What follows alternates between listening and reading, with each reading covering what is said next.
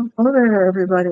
Hopefully, everybody's doing well for this middle of June. I hope those of you who have fathers or you're still alive or you're connected, I hope that was a good Father's Day for you. If you're a father, I hope it was great. If you're not a father, I hope the men in your life had a good Father's Day. I'd like to give you actually a two for today. Well, first of all, let me say welcome to all of you who are new. I'm losing track of time, guys. I have no idea what day it is. Um, the older you get, the harder it is to remember where you are. I can't believe we're almost halfway through the year, and it's like I don't know where it went, but we'll ignore that detail. So, welcome to everybody. Get used to the idea I don't know what day of the week it is, but I'm sure that you've had that kind of a moment somewhere in your life as well, right? This is going to be sort of a two for today. I've got two quotes. I almost made it three, but decided I wasn't going to go that way. And they're both regarding learning and unlearning. One is something I learned a long time ago from Alvin Toffler, who was considered a futurist way back when in ancient history, when he was writing and looking at what the future was going to be. He made the statement that the illiterate of the 21st century will not be those who cannot read and write, but those who cannot learn, unlearn, and relearn. And I think in retrospect that it probably was just as good for the 20th century as it is for the 21st, and probably will be for the 22nd century. And then I'll get into this one in a bit more, but while I'm on it, let me give you the second quote.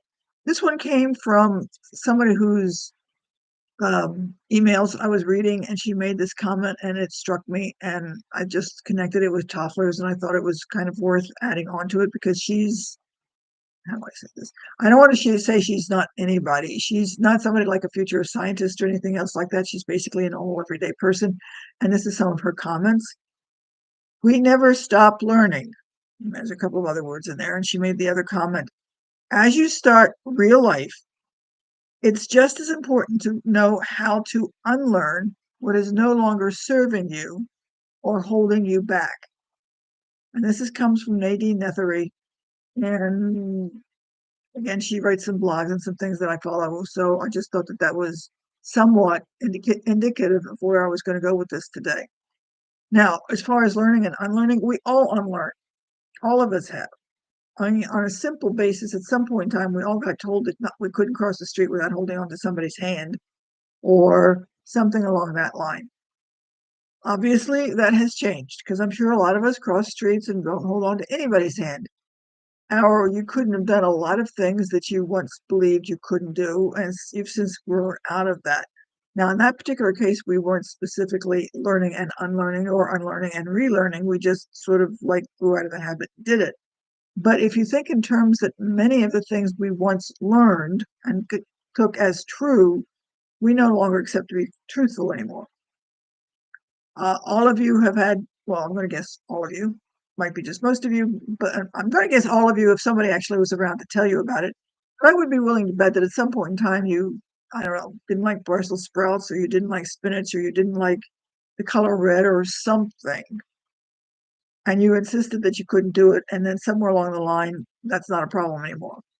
Somewhere along the line, you had some kind of a situation in which you suddenly realized that whatever you didn't like was not an issue. Does that make sense? Um, but the other part to it is that we've got to change some of the things that we think we know, and we now recognize or do not recognize, which is really the problem. They're no longer applicable.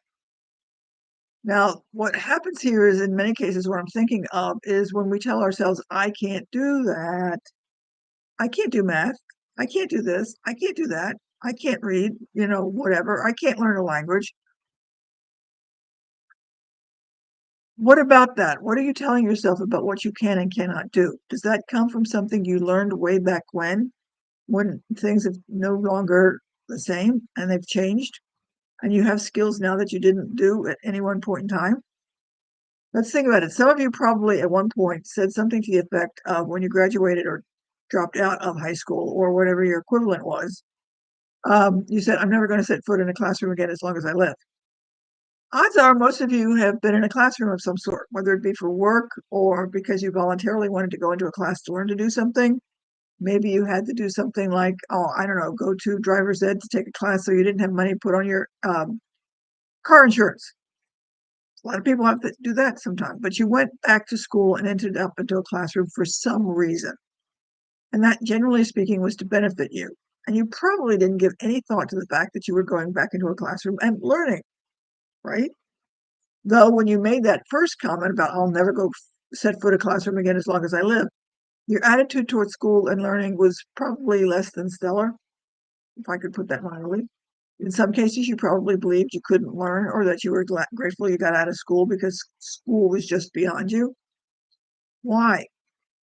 Now, it could be because it was not teaching, the school was not teaching you things that you thought you needed to know. How many of you made a comment about where math was going to come from and how you were going to use it and have discovered that, you use math every day on a simple thing? Some of you said, what's with algebra?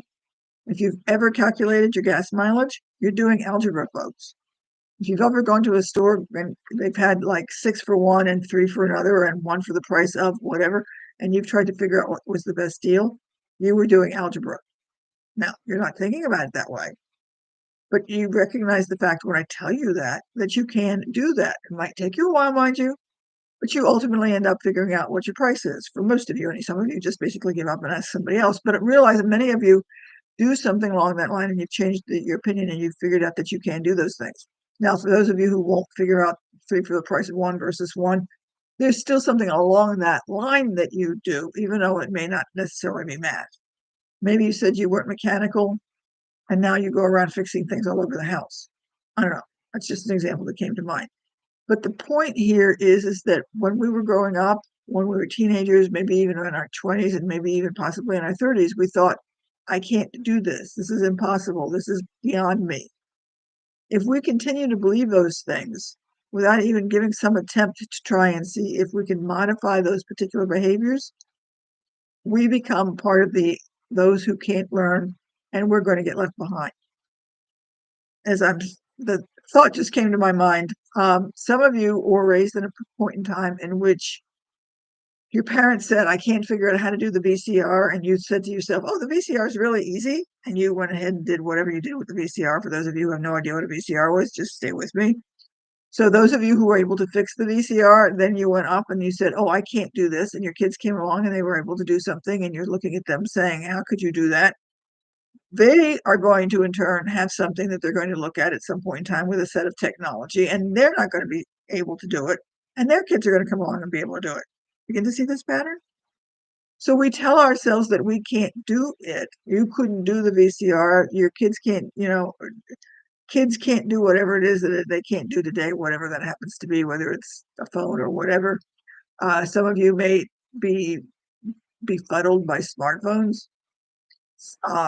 But you were really good when you were a kid about some other kind of technology that your parents couldn't do. We're telling ourselves that I can't do this. With what basis? Is it because it puzzles you? Okay, that's fair enough. But is it I can't do this? Are you physically incapable of doing this? Or do you just not want to bother? Now, if you have no arms, okay, swimming is probably going to be a little difficult, but I guess some people could probably still do it. So there might be some circumstances and things that you cannot do simply because you don't have physical capabilities. This morning I was seeing something on the local news about a group of people who started what was it? They called it sled hockey, I believe. So that they were teaching children who couldn't walk for some reason how to get on sleds and play hockey, but they're playing hockey on the ice on sleds. And as somebody said, that the rules were the same, everything was pretty much the same, except for the fact that they weren't skating around the rink, they were on sleds. So to say, I'll never be able to play hockey, some people are going to say these children couldn't get out and they couldn't get out of wheelchairs, they couldn't do this, they couldn't do that. And here they are getting on ice on a sled and playing hockey. So that when you say, I can't do this, are you looking at your world in such a narrow way that you're just refusing to allow yourself or believing that you have no way of doing anything about that to go around that to make a change? Some of you may say, I want to go back to school. trying to figure out how I was going to get that back to school, right? I can't learn. I can't do well in school. I can't write papers. Is it that you can't do it? Or you've just got this idea in your head that you can't do it and you don't want to unlearn it and relearn it and learn the skills and develop the skills so that you can go ahead and do it and make those changes. Because if you really want to progress, you're going to have to get rid of some of those ideas and change that and modify them to teach yourself this may not be the best thing I can do. It's not my best skill, but I can do this. Does that make sense?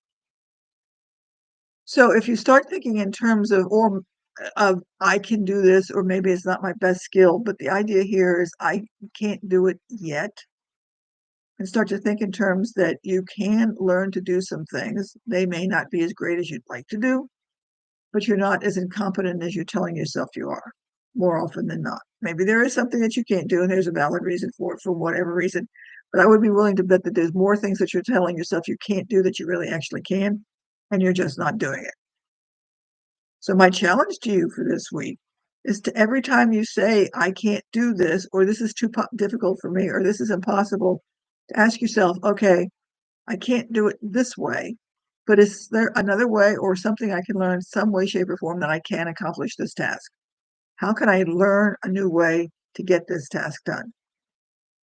If you start thinking in terms of the fact that you are competent and you are capable and you can learn new ways to do things, you might be surprised at how much you can learn. I hope that makes sense.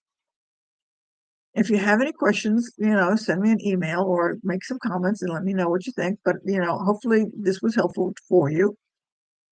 And again, share it with somebody else if you think that maybe you understand it, but they don't see if, what I have to say might make a difference for them. What do you know? And we'll talk to you later. Okay. Bye.